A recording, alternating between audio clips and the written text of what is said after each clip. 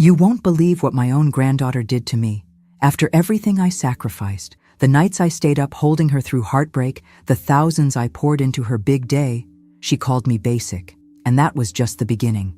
Before I tell you the rest, make sure to hit that subscribe button and let me know where you're watching from. This one's going to stay with you for a while. I never expected to be the villain in my own family's story. I suppose it crept up on me. One quiet dismissal at a time, one thankless gesture, one phone call that never came. And yet when Madison, my first granddaughter, the girl I used to rock to sleep on my chest, looked me dead in the eye and called me too basic for her bridal shower, something inside me shattered so cleanly, it made no sound at all. She didn't say it to my face. Oh no, that would have required courage. She said it in a group text I was accidentally left in. They were discussing the final touches of her bridal shower, the one I was paying for out of my retirement account. I had spared no expense. Custom linen napkins with her monogram, a floral arch flown in from Savannah, and a vineyard-style venue nestled in the Blue Ridge Mountains. Everything she wanted. But in that message thread, she laughed. Can we make sure Grandma doesn't come in her usual Kohl's outfit? This vibe is luxury, not basic. Another message chimed in, probably one of her sorority friends. Ugh, yes, she gives me cafeteria lady energy.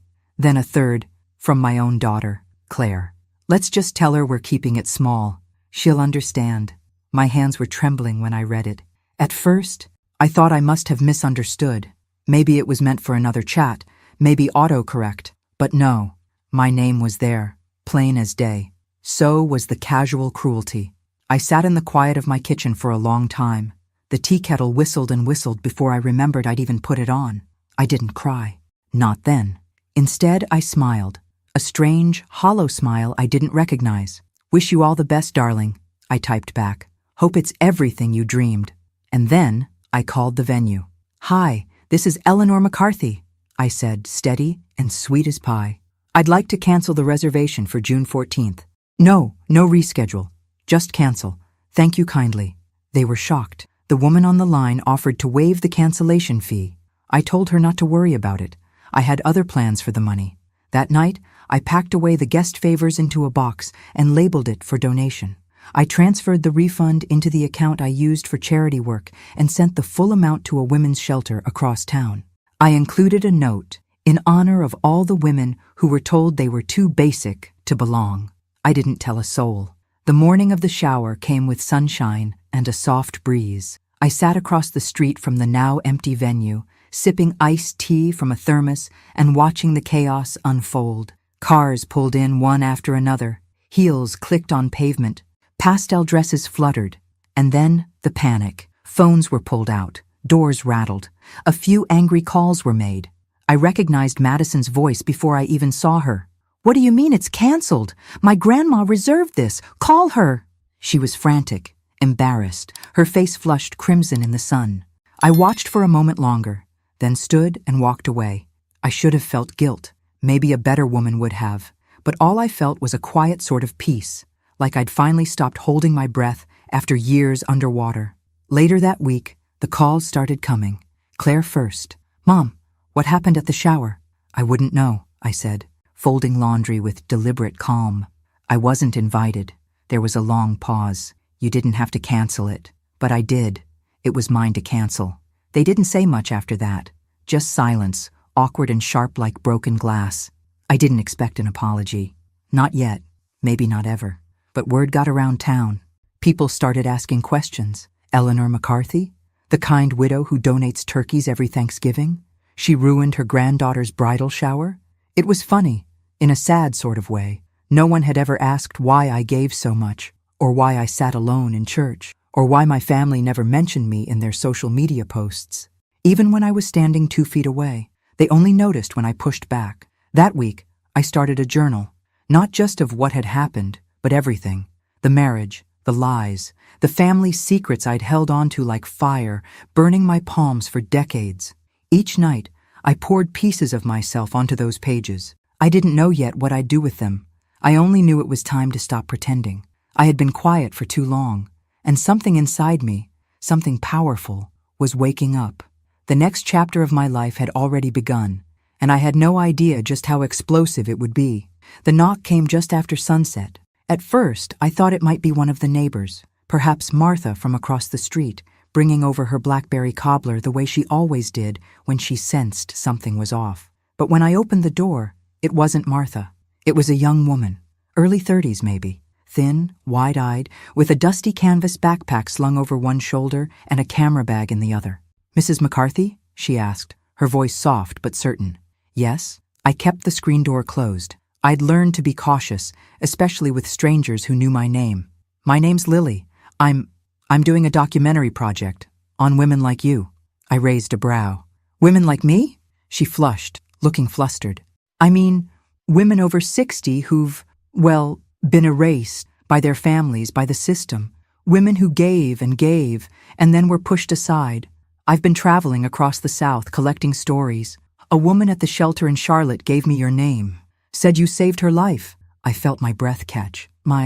It had been years. I could still remember the woman she spoke of, Mary Ann. She'd come into the shelter with a baby on her hip and bruises blooming like violets up her arm. I'd held her hand that night, told her she was strong enough to start over. I hadn't heard from her since. I opened the door slowly. "Come in, Lily." We sat at my kitchen table with the floral vinyl tablecloth I'd had for decades, sipping lemon tea while she set up her recorder. She didn't push, just waited, gently, as if she knew I needed time. I told her everything. The first time he lied to me. How it started small, working late, forgetting anniversaries, but turned into bigger things. How I once found a hotel key in his suit jacket pocket, and when I asked him about it, he laughed in my face. "Don't be dramatic, Ellie," he'd said. "You always make something out of nothing." I told her about the night I finally left, not with fury or slammed doors, just quiet resolve. I packed a single suitcase and left my wedding ring on the dresser. He didn't stop me, not even once. Lily listened, like every word mattered. "You were married for 35 years, she asked gently. 35 years, 3 kids, and a lifetime of being invisible." Her eyes filled with tears. And then I asked something I hadn't expected to. "Why are you really here, Lily?" She blinked. "I told you, the documentary—" "No." I leaned forward. "You knew my name, my full name. You didn't just get that from Mary Ann." She looked down at her tea. Her fingers trembled. I'm her daughter," she whispered. "Mary Ann's. You held me when I was a baby. I don't remember it, but she does. She said you gave her the strength to leave my father, said you were the reason she survived." I felt my throat tighten. "I wanted to find you," she continued, her voice cracking. "I wanted to say thank you, and I want to help you tell your story." For a moment, I couldn't speak. I reached across the table and took her hand. "You already are, sweetheart." In the days that followed, Lily and I became fast companions. She stayed in the guest room, filmed our interviews in the garden, the porch, the kitchen where so many battles had been fought and lost. She helped me scan old letters, organize photos, dig up court documents I'd buried deep in drawers. But more than that, she helped me remember who I used to be. Not just a mother or a wife or a grandmother, but Eleanor. Eleanor, who loved poetry, who once dreamed of being a teacher, who danced barefoot in the rain when she was 21 and kissed her high school sweetheart in the back of a red Ford pickup. That girl was still in there somewhere. And Lily, she reminded me that my story wasn't over yet. One night, she came downstairs with an idea. "I want to host a dinner," she said, eyes shining. "Invite your family. Pretend it's for the documentary. We'll say it's honoring the McCarthy legacy. They'll come for the cameras. And then you'll have the floor." I stared at her. "You want me to confront them?" "No. I want you to reclaim your voice." Something inside me hesitated. Fear, maybe. Habit. But I was tired of being quiet. Tired of folding myself into corners. Tired of pretending their indifference didn't hurt. So I nodded.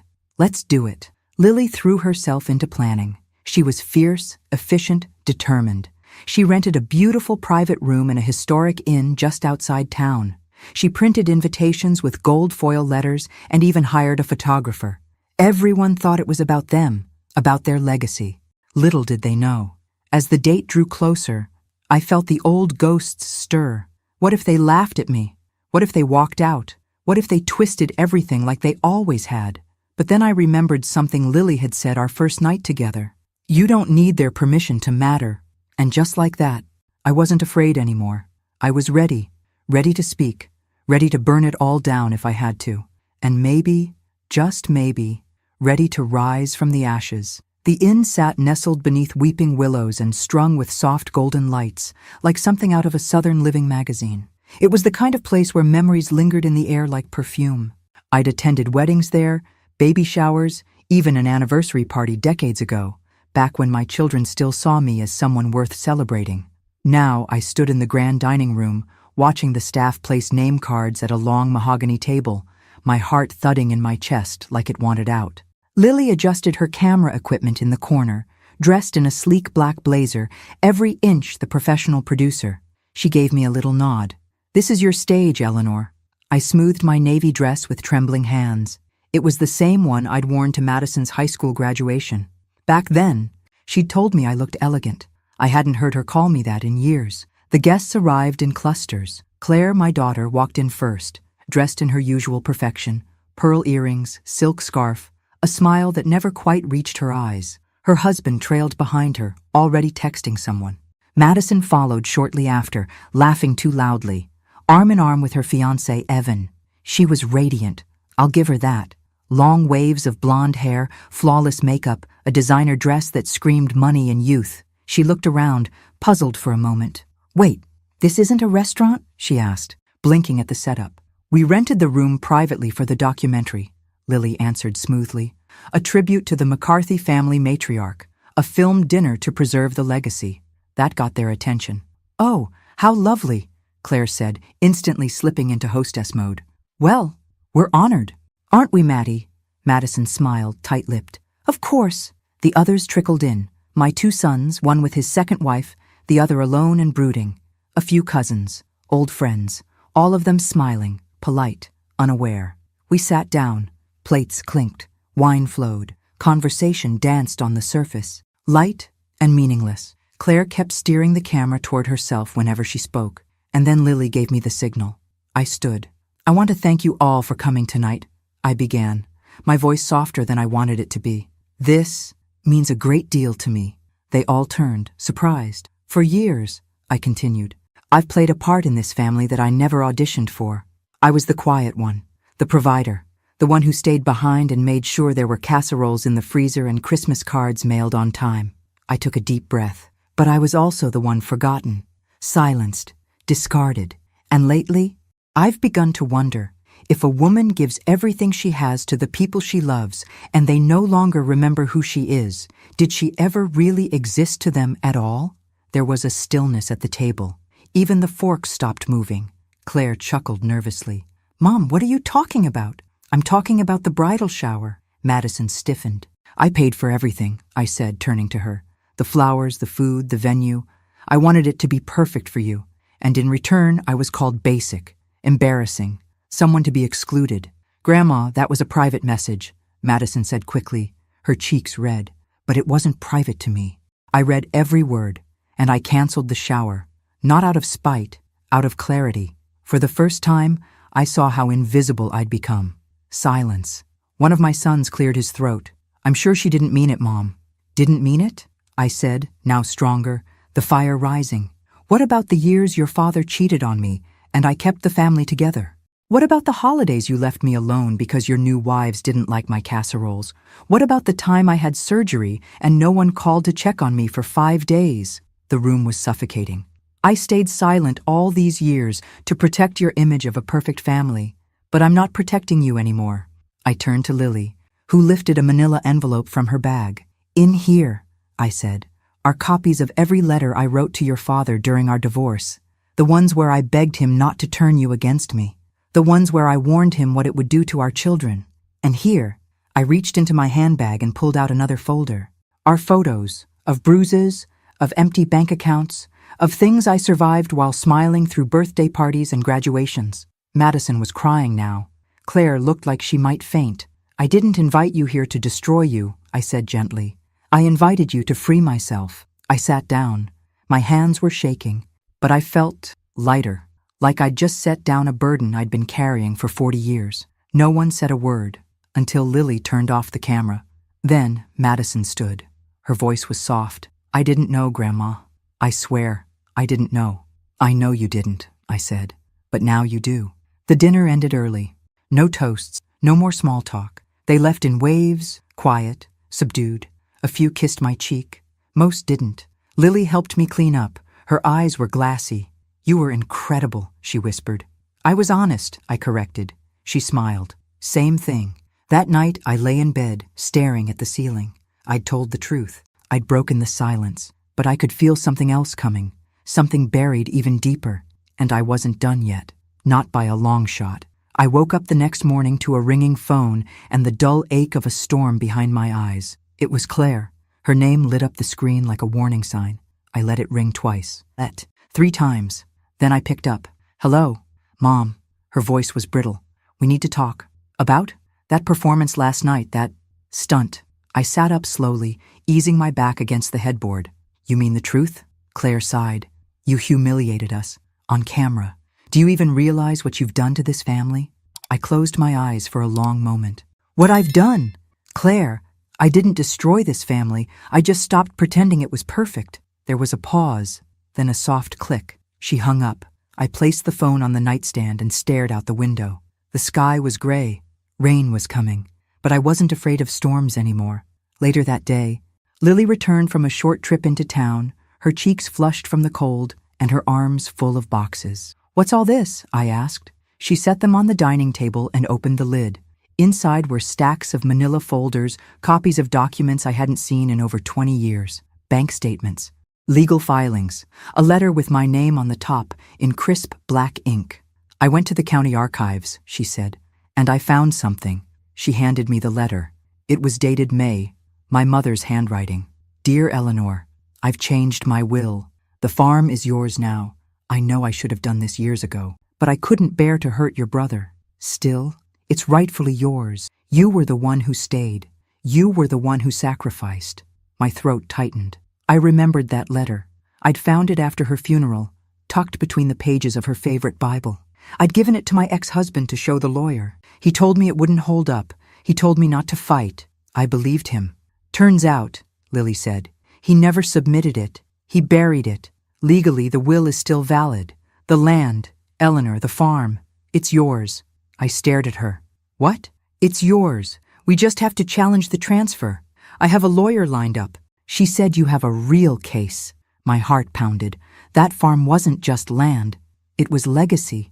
It was where I was born, where my father taught me to fish, where my mother made apple pie every 4th of July. It was mine.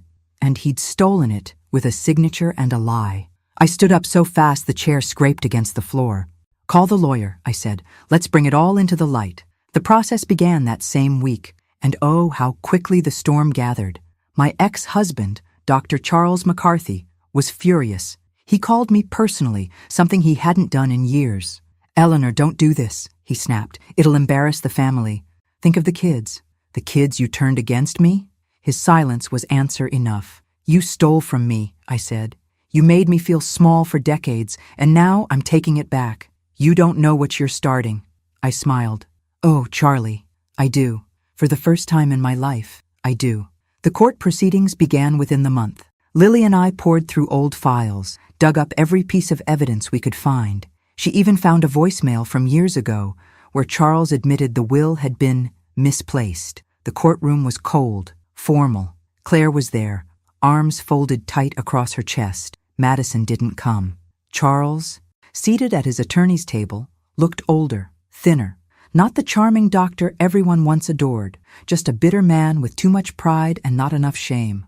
My lawyer, bless her heart, was fierce. She laid out everything, the will, the timeline, the silence that followed. Then she handed the judge the letter from my mother, the one Lily had recovered. The judge read it, his brow furrowed. Then he looked at me. Mrs. McCarthy, do you believe your late mother intended this farm to be yours? I stood. I don't just believe it, I said. I know it, and I would have fought for it if I hadn't been gaslit into thinking I didn't matter. But I do matter, and I'm not invisible anymore. There was a hush in the room. Then, slowly, the judge nodded. I find in favor of the petitioner. The gavel fell. Just like that, the farm was mine. Lily squeezed my hand so tight I thought it might break. I didn't care. I was laughing, crying, breathing in a way I hadn't in years. Outside the courthouse, reporters waited. I gave a single statement. I'm not here to ruin reputations. I'm here to reclaim mine. I walked away with my head high and my spine straight. It wasn't just about land. It was about truth, and it was just the beginning. 2 weeks after the ruling, I stood at the edge of my mother's old farm, boots sinking slightly into the soft, thawing earth. The house was tired. Its shutters hung loose. The paint was chipped, and weeds had claimed most of the garden. But to me, it was sacred ground. A heartbeat I thought I'd lost. Mine again. I breathed it in. The smell of wild honeysuckle, damp pine, memories. I walked the length of the property line, remembering summers spent chasing fireflies with my brothers, winters huddled by the fire while Mama read aloud from old books, her voice slow and sweet like syrup. I remembered the barn dances, the burnt pies, the tears. I remembered everything. And for the first time in decades, I felt whole. Lily arrived the next morning with a notepad full of ideas and a sparkle in her eye. We could restore it, she said. Turn the house into a women's retreat center, workshops, healing spaces, a place where women like you, women like me, can come to breathe. I hadn't even finished my coffee, and already she had sketches spread across the kitchen table. I was just planning to fix the porch swing, I joked. But something about her idea stirred me. A safe place, a fresh start, not just for me, but for all the invisible women I'd met over the years, the ones whose stories were never told, the ones who were always someone's mother, someone's wife, someone's shadow. I put my hand on hers. Let's do it. We started small, gutting the inside, replacing the windows, repainting the trim. Neighbors pitched in. Old friends brought tools and casseroles. Even the mayor stopped by one afternoon to say, "It's good to see this place come alive again." And it was. So was I. But just as the house began to shine, the phone rang again. It was Madison. Her voice cracked before she even said hello. "Grandma, can I come see you?" I paused, unsure. Then, yes, of course. She showed up 2 days later, wearing jeans and a hoodie, no makeup, her hair tied back in a loose bun.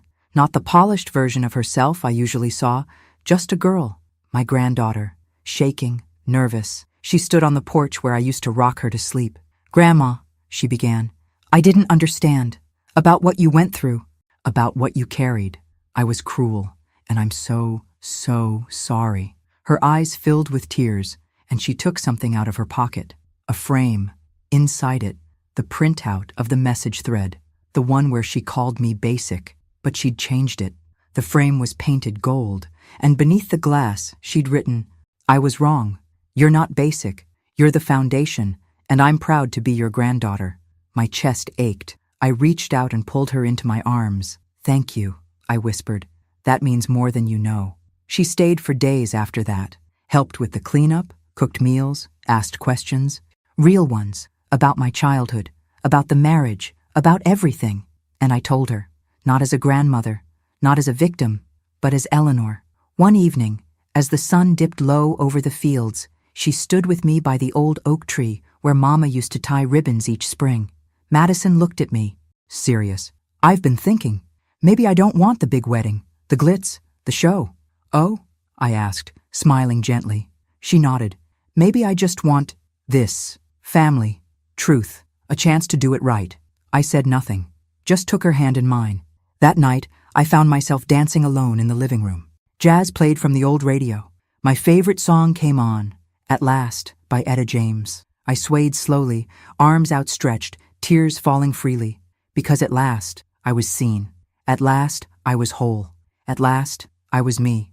And somewhere in the flicker of candlelight and the soft hum of music, I knew this was just the beginning, and the best was still to come. The morning of the wedding came with the scent of fresh-cut grass and magnolia blossoms, but there was no church, no cathedral, no string quartet playing in some stuffy hall. Instead, the farm was blooming. We'd transformed the space behind the old barn into a garden chapel, draped with linen and wildflowers, where sunlight streamed through trees like God himself had blessed the soil. The oak tree, Mama's ribbon tree, stood tall and proud, wrapped now in white silk and memories. Madison had asked to hold her wedding here, simple, intimate, true. There would be no diamond-studded centerpieces, No rented swans, no influencers pretending to care. Just family, real family, and redemption blooming in the most unlikely soil. Guests began arriving around noon. Neighbors, friends, folks from town who hadn't seen the farm like this since the summer of... There was laughter, hugs, music. I stood at the edge of the porch, watching them settle into white chairs on the lawn. Lily stood beside me, camera in hand, wearing the proudest smile I'd ever seen. "You ready for this?" she asked. I nodded. I've never been more ready. Then, just before the ceremony, a courier arrived with a thin envelope, handwritten, no return address. I opened it slowly, unsure what to expect. Inside was a letter from Charles. "Eleanor, you were right. I never saw you for who you were. I saw a version of you I could control, and when you stopped being that, I resented you. I know it's too late for forgiveness, but it's not too late for the truth. I'm stepping away from the practice. I've sold my share. Enclosed is a check. It's not enough. It never will be. But it's something. I've told the kids everything. Do with it what you will." Charles folded inside was a check for $10. I stared at it, not for the amount, but for what it meant. Not justice, not revenge, recognition. I didn't tell anyone, not that day, not yet. I slipped the letter into my Bible, right where Mama had once hidden her will. 2 women, both betrayed, and both redeemed. The music started. I took my seat at the front, heart full. Then Madison appeared at the top of the aisle, barefoot, no veil, holding wildflowers. She looked at me, not past me, not around me, at me, and she mouthed, "Thank you." Tears slipped down my cheeks as she walked down the aisle toward Evan, who waited with shaking hands and wide eyes. They exchanged vows they wrote themselves, words about trust, forgiveness, humility. Madison spoke about generational healing, how the wounds we inherit don't have to define us, but they do demand our attention. She spoke my name. I dedicate this day to my grandmother, Eleanor McCarthy, for showing me that dignity isn't about appearances, it's about truth. And that love doesn't come from perfection, it comes from courage. The crowd stood in applause before the kiss even came. After the ceremony, Lily handed me a small envelope. "What's this?" I asked. "It's from the State Film Commission," she said. "They want to fund the full documentary. They loved the footage. They want to call it Basic No More, the story of Eleanor McCarthy." I laughed through my tears. I couldn't have written a better ending. That night, we danced under the stars. Me, Madison, Lily, even Claire, who cried as she hugged me and whispered, "I'm sorry I didn't see you sooner." We didn't talk about the past that night. We didn't need to. It was in the soil, in the music, in every echo of laughter from the people who had once looked past me, now circling back like fireflies to the light. And as the night faded, I sat in my old rocking chair on the porch, watching the last of the candles flicker. 66 years, a lifetime of silence, but not anymore. I was Eleanor McCarthy, and I had finally been heard. 2 months later, the ribbons returned. We started tying them again, me and Madison, just like Mama used to do every spring. But this time, each ribbon carried a name, a woman we'd helped, a life touched. There was Angela, who came from 3 towns over, fleeing a husband who'd made her feel worthless. There was Margot, 72, who'd never learned to drive because her late husband said she wasn't smart enough. There was Jenny, just 24, whose mother had cast her out for speaking her truth. They came to the farm with nothing but stories and left with something more, dignity. We called it the Ribbon House, a place for women to write new chapters, no matter their age, their wounds, or the silence they'd endured. Lily handled the outreach. Madison helped with grant applications. And me? I welcomed each woman at the gate, every time, with the same words, "You belong here." One afternoon, while Madison planted lavender near the porch, she turned to me and asked, "Do you ever wish things had gone differently?" I looked out over the fields, golden in the late light. "I used to," I said. "But if they had, I might never have found my voice, and you might never have found yours." She nodded slowly. "I'm proud to be your granddaughter." Tears stung my eyes. "And I'm proud to be your legacy." That night, I found Lily sitting under the oak tree, her camera in her lap, staring up at the sky. She looked peaceful, tired, fulfilled. "They accepted the documentary into Sundance," she said softly. "We're going, all of us." My heart skipped, not because of the prestige, but because my story, our story, was going to reach women far beyond these fields, women who still sat in silence, women who still believed they were too old, too plain, too broken to rise. "They're going to hear your voice, Eleanor," Lily whispered. I reached for her hand. "They're going to hear yours too." On the morning of the premiere, I stood before a mirror in a modest hotel room in Utah. I wore a navy blue suit, pearls from Mama's old jewelry box, and a heart filled with every version of myself I'd ever been. Young, scared, silenced, and finally, free. We walked the red carpet as a trio, Lily, Madison, and me. Cameras flashed, people clapped, but all I could think about were those ribbons swaying back home. The film played in a packed theater. There were tears, applause, a standing ovation. But the moment that stayed with me came during the Q&A, when an older woman with silver curls and trembling hands stood up from the back row. "I haven't spoken to my daughter in 20 years, she said, her voice cracking. "But tonight, I think I will." I met her eyes, and I knew. This was the reason. This was the miracle born from years of heartache. This was redemption. When we returned to the farm, I found a letter waiting on the porch swing. No signature, just 6 words in delicate handwriting. "I see you now. I'm sorry." I pressed it to my chest and smiled through my tears, because I was no longer waiting to be seen. I had already become the woman I needed, and now I was helping others do the same. So I tied one last ribbon on the oak tree, bright red, the color of fire, of courage, of rebirth, and on it I wrote, "Eleanor McCarthy, survivor, matriarch, free." Then I turned toward the house, toward the laughter inside, toward the life still unfolding, and I walked forward, finally whole, finally heard, finally home. 1 year later, to the day, the farm buzzed with life. Children chased chickens in the yard, women laughed around fire pits, and from the porch, the sound of old gospel hymns spilled out on the wind. The ribbon house had grown into something none of us could have imagined, a living, breathing sanctuary. Not just a home, but a movement. There were now 4 cabins on the property, each built by local volunteers. A greenhouse, a craft barn, a circular room we called the voice room, where women could sit, share, and finally say the things they'd never dared say before. I'd never seen so many broken pieces turn into something so whole. And still, each time I walked through the field at sunset, the silence gave me pause, because despite everything, despite the film, the farm, the forgiveness, I still hadn't spoken to Claire again. Not since the wedding, not since she walked away, too ashamed or too afraid to come back, until one evening, as I was locking up the community pantry, a familiar car pulled into the driveway. Claire stepped out.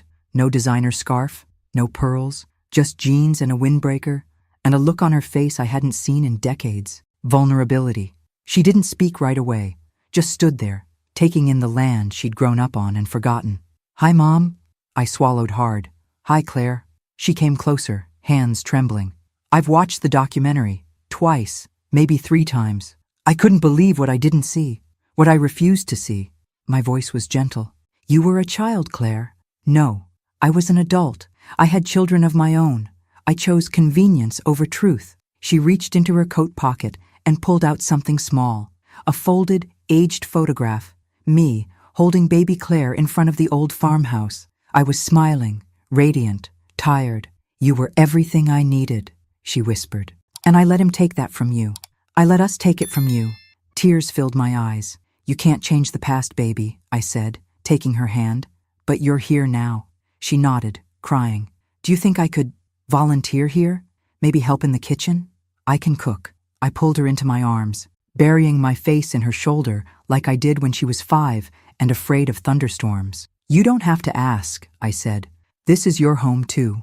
That night, we sat on the porch and watched the stars come out, shoulder to shoulder, not as mother and daughter caught in the wreckage, but as women, mending. Inside, Madison rocked her newborn by the fireplace, my first great-grandchild, a boy. She named him Elliot, after me. Lily sat cross-legged on the floor, reading submissions for her new podcast. Letters from the Ribbon House. Stories from across the country had started flooding in. Women sharing their truth because they'd seen that someone else, someone like them, had survived. And outside, the oak tree stood tall beneath the moonlight, its branches heavy with ribbons. Some old, some new, all sacred. I closed my eyes, listened to the wind in the trees, and for the first time in my life, I felt something I couldn't quite name at first. Then I knew. It was peace. The kind that only comes when you've told the whole truth, survived the storm, and lived to dance again. And as the fireflies blinked back to life around us, I whispered to myself, I was never too basic. I was just too much woman for people who couldn't see me. But now they do. 5 years had passed since that first ribbon. 5 years since the farm had been nothing more than overgrown grass and a broken porch swing. And I was something like that too. But standing there now, watching families spill across the lawn, watching the sun glint off silver hair and children's laughter weave through the breeze, I knew one thing for sure. Every moment of silence, every cracked heart, every slammed door had led here. I'd just returned from Washington, D.C., of all places. The Ribbon House Initiative had been recognized with a national award for community healing. Lily had spoken on stage with tears streaming down her cheeks. Madison sat beside her with baby Elliot on her hip. And me? I stood behind them, hand over my heart. Never prouder. When we returned, the whole town welcomed us with banners and pies and more hugs than I could count. The local paper dubbed it the redemption of Eleanor McCarthy. But I wasn't looking for redemption anymore. I was looking for legacy. One afternoon, I walked out to the oak tree, the oldest one on the farm. The wind was soft, the air thick with jasmine, and as I touched one of the ribbons, a thought struck me. I wanted to leave behind more than memory. I wanted to give voice to every Eleanor who ever lived in shadows. So I began writing my book. I called it Ribbons in the Wind, How I Took My Life Back at. It poured out of me like a river. Decades of silence, reshaped into strength. I wrote about Charles, about Claire, about the lies and the losses, and the moment I stopped asking for permission to be seen. And I wrote about joy, about Elliot's first birthday, and how he'd wrapped his tiny arms around my neck and whispered, Gigi. About Madison giving a talk at a women's conference and saying, my grandmother's fire saved us all. About Claire, standing in front of a group of survivors at the farm and sharing her own story of healing, voice cracking, finally free. The book hit shelves the following spring. It became a quiet bestseller, but more than that, it became a lifeline. Letters arrived from Kansas, New Mexico, Ohio, women in their 60s, 70s, even 90s, telling me they'd walked out of bad marriages, reconnected with estranged children, started painting again, started living again. One woman wrote, your story didn't just change my life, it gave it back to me. I kept each letter in a box I called the Second Chances drawer. Then, one morning in late autumn, as golden leaves danced around the porch, I got a knock on the door. It was Charles, older, stooped, holding a bouquet of white lilies. I know I don't deserve a minute of your time, he said, his voice trembling. But I wanted to tell you in person, I was wrong. About everything. I looked into his eyes and saw the man I once loved, and the man who had failed me. Both. I forgave you a long time ago, I said softly, but I'll never forget what you taught me. He nodded, eyes misty. And what was that? That I never needed anyone's permission to matter. He placed the flowers in my hands. Goodbye, Eleanor. Goodbye, Charles. I watched him walk away, not with bitterness, but with closure. And that night, beneath the stars, I sat beside Lily and Madison and little Elliot as we tied one final ribbon to the tree, bright white, the color of truth. It read, she rose in silence, and the world finally listened. I smiled at them. At this family we'd built from brokenness and light, and I knew, not every story ends in tragedy. Some end in triumph. Mine did, and I wasn't just heard, I was honored. At D they told me I was too basic. At I was legendary. The day I turned 72, the sky opened up with the kind of slow, golden rain that feels more like a blessing than weather. There was a party, of course, Madison insisted. Tables lined the front lawn of the Ribbon House, each covered in white lace and vases of wildflowers. Women from all over the country flew in.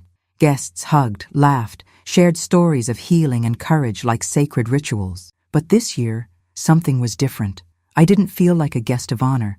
I felt whole. The speech was simple. I stood before them, holding Elliot's hand.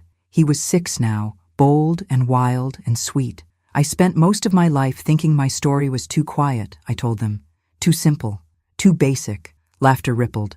But what I know now is that the world is built on women like us, women who survive, who rebuild, who hold up generations and never ask for applause. Applause came anyway. After the cake had been cut and the sun began to dip behind the fields, I slipped away to the oak tree, barefoot and smiling. There was one ribbon left to tie, red velvet, soft but strong. On it in silver ink I wrote, "For every woman who thought it was too late." As I knotted it around the branch, I looked up at the ribbons dancing above me, hundreds now, a forest of stories. Then I sat on the old bench beneath the tree, the same one where I used to cry. Only this time, I closed my eyes and gave thanks for the betrayal, for the silence, for the fire, because it all led me here. And here, I was not just alive, I was eternal. Eleanor McCarthy's name was no longer a footnote. It was a force, it was a lighthouse, it was a legacy. And as the wind sang through the branches, I leaned back, laughed softly, and whispered to the sky.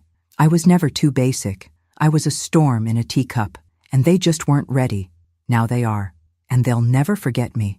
It was early morning when the letter arrived. Thick cream paper, no return address, just my name, written in elegant script that trembled slightly with age. I opened it slowly, the way you open something you know is about to shift the ground beneath you.